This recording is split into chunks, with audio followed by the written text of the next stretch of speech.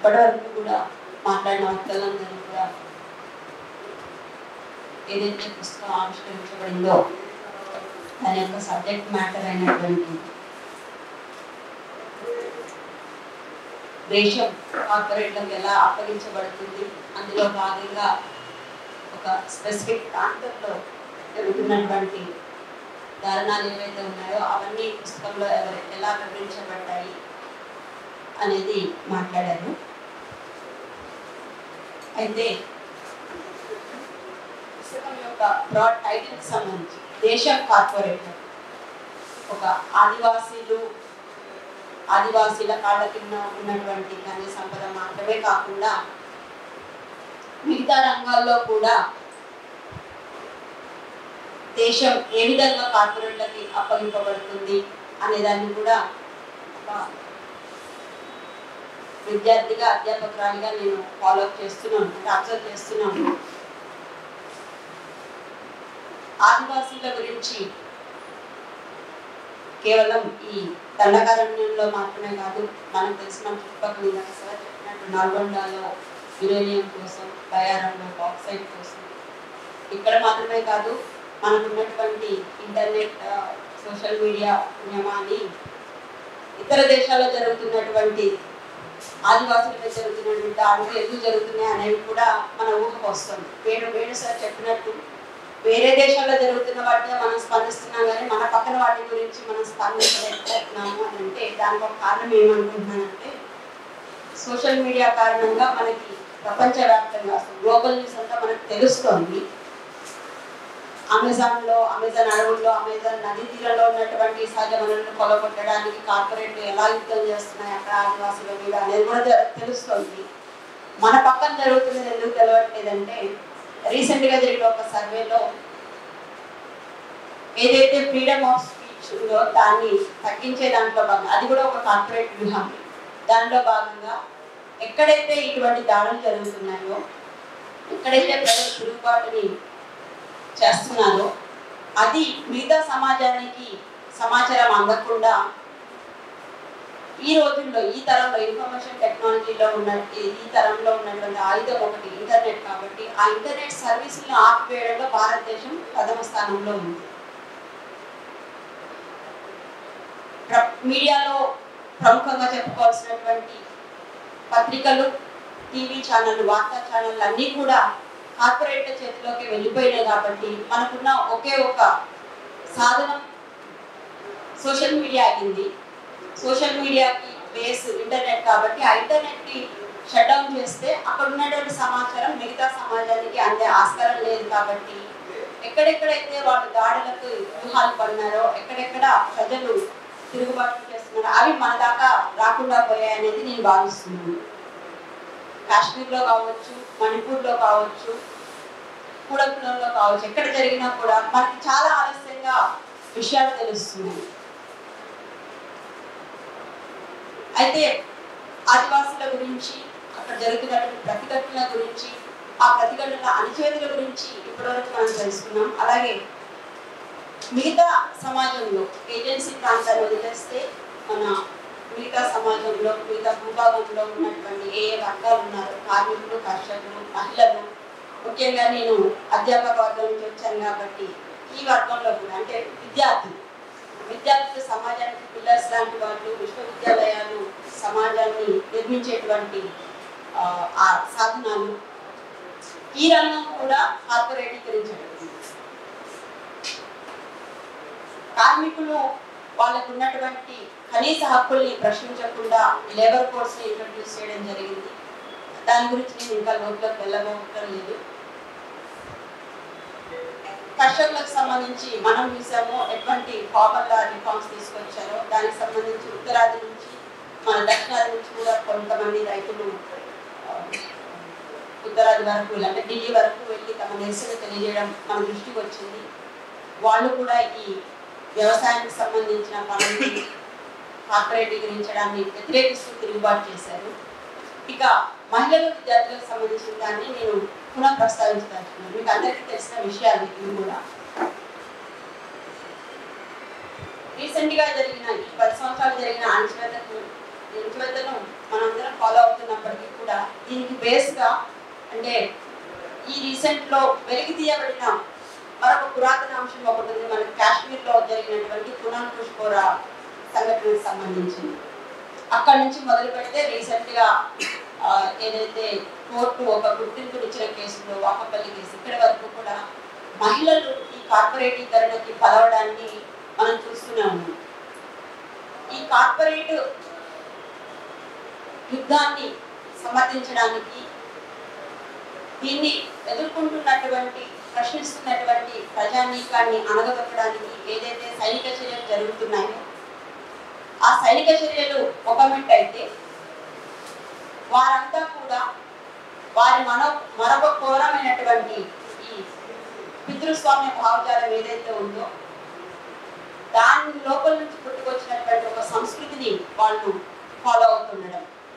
ఏంటంటే ఆదివాసుల్లో మనం చూసాము, ఈ మూలవాసుల్లో ఇప్పటికీ కూడా ఈ మాతృస్వామ్య వ్యవస్థ ఉండడం వల్ల తిరుగుబాటు అనేది మొదట మహిళల్లోంచి వస్తుంది. అది కొండ కోణంలో అయ్యుండొచ్చు, మన అర్బన్ ఏరియాలో అయ్యుండొచ్చు, ఎక్కడైనా కూడా మహిళలు ప్రశ్నించడం అనేది ముందుగా వస్తుంది.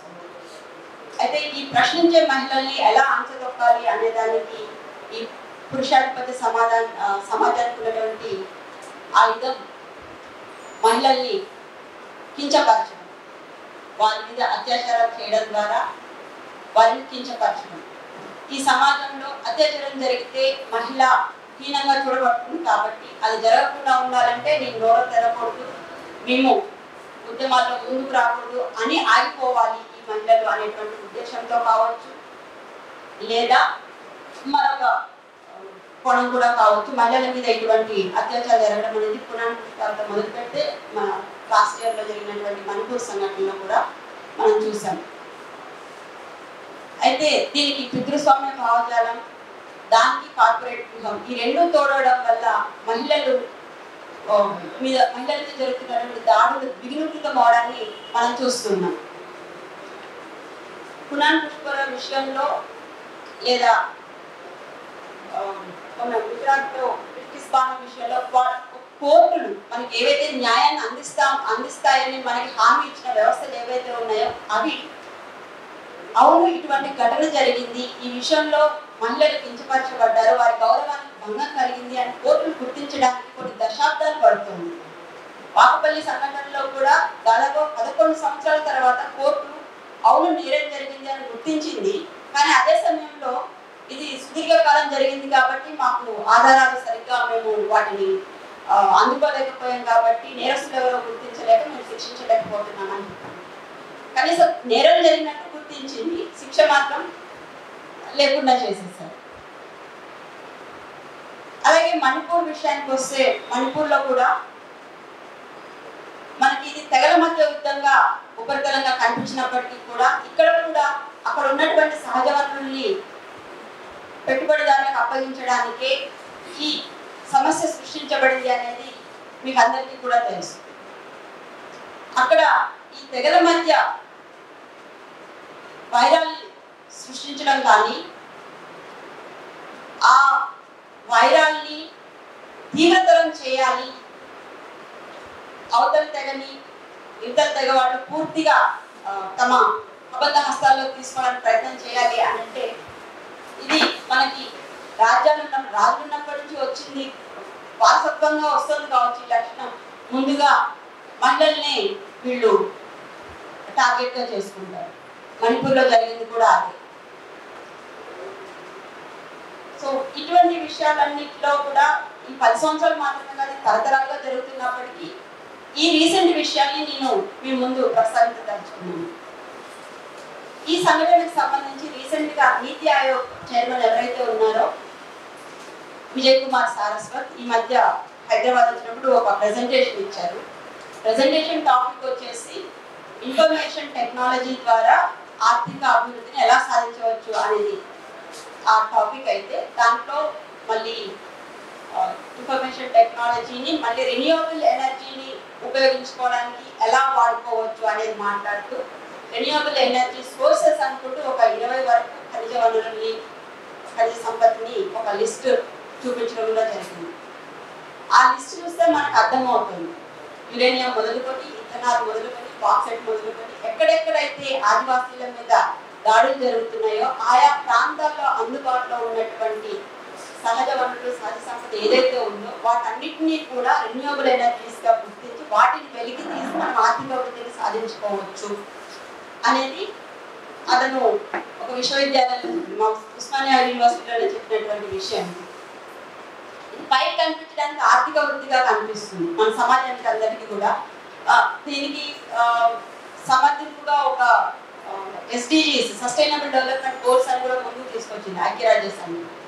గ్లోబల్ వార్మింగ్ పెరిగిపోతుంది కాబట్టి మనం భూమి మీద బతికే ప్రసక్తి కనిపించట్లేదు, మన భవిష్యత్ తరాలకి సస్టైనబుల్ రిసోర్సెస్ ని అందించాలి మనము అనేటువంటి నినాదం ముసుగులో ప్రస్తుతం ఉన్నటువంటి ప్రజానీకాన్ని, మూలవాసుల్ని లేకుండా చేయడం అనేది ఎంతవరకు సమంజసం అనేది మనందరం కూడా ఆలోచించాల్సిన విషయం. కరెక్టే, నిజమే, భవిష్యత్ తరాలకు మనం ఈ భూమిని ఆరోగ్యంగా అందించాల్సిన అవసరం ఉంది. కానీ ఇప్పుడు ఈ భూమి మీద బతుకుతున్నటువంటి ప్రజల పరిస్థితి ఏమిటి? ఈ ప్రశ్న ప్రభుత్వాలకి ఎందుకు పట్టడం లేదు?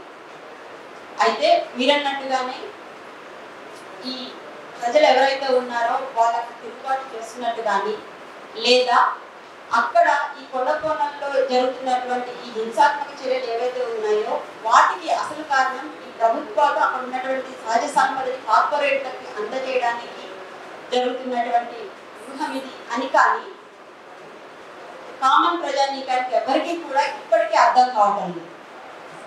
ఒక చిన్న ఎగ్జాంపుల్, నేను యాక్చువల్గా కార్మికుల గురించి మాట్లాడుతున్నాను చెప్పాల్సింది. నిన్న మేడే జరిగింది, అందరూ మేడే శుభాకాంక్షలు చెప్పుకుంటున్నారు. నేను MBA చేసినటువంటి యూనివర్సిటీ నుంచి ఒక గ్రూప్ ఉంది మాకు, అందులోంచి ఒక నా MBA క్లాస్మేట్ మెసేజ్ పెట్టాడు, సోషలిజంని గుర్తుపెట్టుకొని మేడేని జరుపుకునేది ఎవరు ఈ రోజుల్లో? మేము అటువంటి ఏమంటారు అటువంటి అందమైన దాంట్లో ఊహల్లో బతకాలనుకోవడం లేదు. 1991 తర్వాత జరుగుతున్నటువంటి వర్క్ లైఫ్ని మనం కన్సిడర్ చేసుకోవాలి. అంటే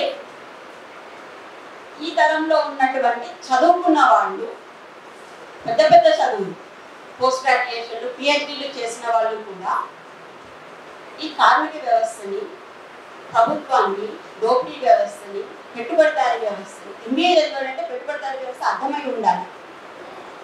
దాన్ని ఎలా అర్థం చేసుకున్నారు? ఇప్పుడు ఉన్నటువంటి కార్మిక చట్టాలను తీసివేసి లేబర్ కోడ్స్ని ఇంట్రడ్యూస్ చేయడం ద్వారా ప్రైవేట్ పెట్టుబడిదారులు ఎలా సమాజాన్ని వాళ్ళ చేతిలో సమాజాన్ని ఎలా పెడుతున్నారు అనేటువంటి కనీస అవగాహన లేకపోవడానికి కారణం ఏంటంటే ఇక్కడ మనం క్లియర్గా వాళ్ళు ఎక్స్ప్రెస్ చేశారు ఆపరేషన్ సగారం.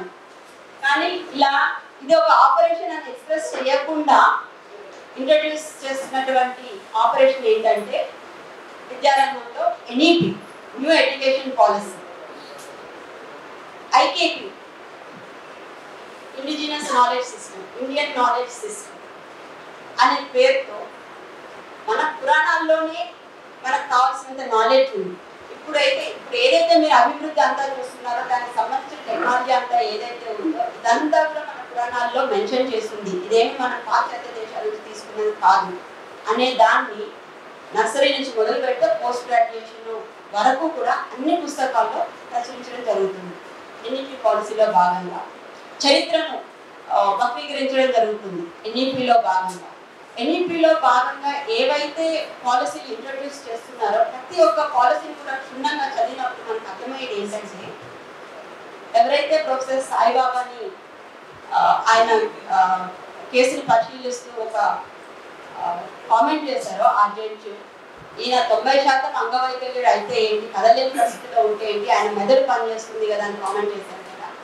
ఆ మెదడుని కలిగి ఉన్నటువంటి తరతరాల విద్యార్థి లోకాన్ని, భవిష్యత్ తరాలు నిర్మించేటువంటి విద్యార్థి లోకాన్ని కలిగి ఆ మెదడులను నిర్వీర్యం చేసేటువంటి ఆపరేషన్ NEP విద్యారంగంలో ఇంట్రడ్యూస్ చేయబడింది.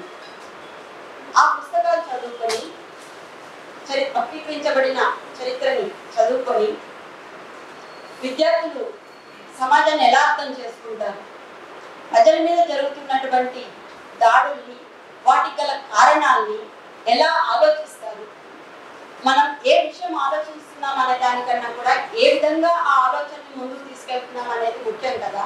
ఒక హేతుబద్ధ పరిశీలన, ఒక శాస్త్రీయమైన పరిశీలన ఉండాల్సిన అవసరం ఉంది కదా.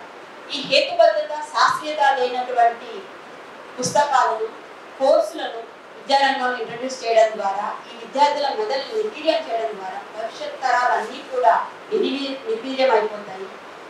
ఈ పుస్తకాలు చదువుకునే విద్యార్థులు ఎవరు కూడా ఒక ప్రశ్నించే తత్వాన్ని, కనీసం అర్థం చేసుకునే తత్వాన్ని కానీ ప్రశ్నించే తత్వాన్ని కానీ కోల్పోతారు అనేటువంటి విషయాన్ని మేము, అంటే మా చిన్నప్పటి నుంచి మీలాంటి వాళ్ళు చేసిన ఉద్యమాలు లేదా మీ పుస్తకాలు చదివి మేము ఎంతో కొంత తెలుసుకున్నాం. కానీ మా పిల్లలు, మా తర్వాత తరాలు ఉన్న వాళ్ళకి ఈ విషయాలన్నీ ఎలా ముందుకు తీసుకెళ్ళాలి, జరుగుతున్నటువంటి ఈ సంక్రమణ ఏదైతే ఉందో, పెట్టుబడిదారి వ్యవస్థలోకి వెళ్తున్నటువంటి, అంటే ఒక పీక్ స్టేజ్కి వచ్చినటువంటి వ్యవస్థని, దీని లక్షణాలని, దీన్ని ఎలా ఎదుర్కోవాలి అనేటువంటి సూచనల్ని కూడా మేము ముందు తరానికి ఎట్లా అందించాలనేది మాకు చాలా పెద్ద ప్రశ్న. అధ్యాపకులుగా కానీ, తల్లిదండ్రులుగా కానీ, మా తర్వాత తరాల వాళ్ళని ముందుకు నడిపించాల్సిన వాళ్ళుగా కానీ మేము ఎదుర్కొంటున్నటువంటి పెద్ద ప్రశ్న ఇది. మేము అబ్జర్వ్ చేస్తున్నట్టుగా నేను ఈ రోజు ఇక్కడికి వచ్చి మాట్లాడుతున్నానంటే నేను ఏదైతే చదువుతున్నానో, ఏదైతే తెలుసుకున్నానో అది ఒక హేతుబద్ధమైన దృష్టితో, ఒక శాస్త్రీయమైన అవగాహనతో అర్థం చేస్తున్నాను కాబట్టి మాట్లాడడంలో తప్పు లేదనుకున్నాను కాబట్టి మాట్లాడుతున్నాను. అయితే ఇట్లా మాట్లాడిన వాళ్ళందరినీ కూడా అరెస్ట్ చేసి పంపించడానికి మనం చూసాం. ఎవరైతే ఆదివాసుల కోసం మాట్లాడారో, పనిచేశారో, కార్మికులు కర్షకుల కోసం పనిచేశారో, మాట్లాడారో, మహిళల హక్కుల కోసం మాట్లాడుతున్నారో, వీళ్ళందరికీ నోరు ముంచే పనిలో భాగంగా నిర్బంధాన్ని ఎలా ముందుకు తీసుకొస్తున్నారో కూడా పరిశీలిస్తున్న క్రమంలో ఇది నిజంగానే మాకు ప్రశ్న. ఈ తరాలను ఎలా ఎడ్యుకేట్ చేయాలి, ముందు తరాలని ఎలా అర్థం చేయించాలి, ఈ సమాజ స్టేటస్ని అనేది మీ అందరి సూచనలతో లేదా మీ అందరి గైడెన్స్తో వీటన్నిటిని కూడా చేయగలమని మేము అనుకుంటున్నాము. ఆ తర్వాత తరాలు ఎడ్యుకేట్ చేయగలమని అనుకుంటున్నాము. కానీ దానికి సంబంధించి కూడా ఇప్పుడు నేను MBA డిపార్ట్మెంట్లో ఉన్నాను అని అంటే పూర్తిగా మేనేజ్మెంట్ని ఎక్స్ప్లెయిన్ చేయాలి. అవి అన్నీ సైంటిఫిక్గానే ఉంటాయి. అయితే విద్యార్థులకు ప్రతి క్షణం కూడా మనం కాషన్ చేస్తూ ఉంటేనే వాళ్ళలో మనం అసలైన చైతన్యాన్ని తీసుకురాగలుగుతాము. దానికి విద్యారంగం ఒక మంచి సాధనం కూడా. యాక్చువల్గా మేనేజ్మెంట్ ఎలా జరగాలి అని చెప్తున్నప్పుడు మేనేజ్మెంట్ అలా జరుగుతుందా, మేనేజ్మెంట్ స్టడీస్లో భాగంగా హ్యూమన్ రిసోర్సెస్ మేనేజ్మెంట్ ఏదైతే ఉంటుందో దానిలో భాగంగా labour relations, employee relations, industry relations ఏవైతే ఉంటాయో అవన్నీ కూడా మనకి గతంలో శాస్త్రీయంగా విశదీకరించి చెప్పినటువంటి శాస్త్రవేత్తలు, సామాజికవేత్తలు ఎవరైతే ఉన్నారో వాళ్ళు చెప్పినటువంటి అవగాహనని ఇప్పుడున్నటువంటి పారిశ్రామికవేత్తలు, ఇప్పుడున్నటువంటి పరిశ్రమలు, ఇప్పుడున్నటువంటి చట్టాలు ఫాలో అవుతున్నాయా లేదా అనేటువంటి వాటిని ఎలా క్రిటికల్గా మనం పరిశీలించాలి అనేది విద్యార్థుల్లోకి తీసుకెళ్తేనే ఆ తరాలకి అర్థమవుతుంది వ్యవస్థకు సంబంధించి. ఇందాక చెప్పినట్టు నా క్లాస్మేట్ ఏదైతే చెప్పాడో అది పుస్తకాలు ఏమాత్రం చదువుకోలేదని అర్థం. కనీసం మేము MBAలో ఒకే తరగతిలో చదువుకున్న పుస్తకాలను కూడా అతను సరైన అవగాహనతో చదవలేదని అర్థం.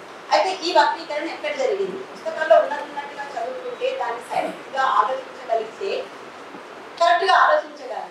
అయితే ఈ వక్రీకరణ ఎక్కడ జరిగింది అంటే అగైన్ మనకి ఇక్కడ ఈ హిందుత్వ ఫాసిస్ట్ అడుగులు ఎక్కడైతే మొదలయ్యాయో అది నిజంగానే చాలా చాలా దృఢంగా పనిచేస్తుంది.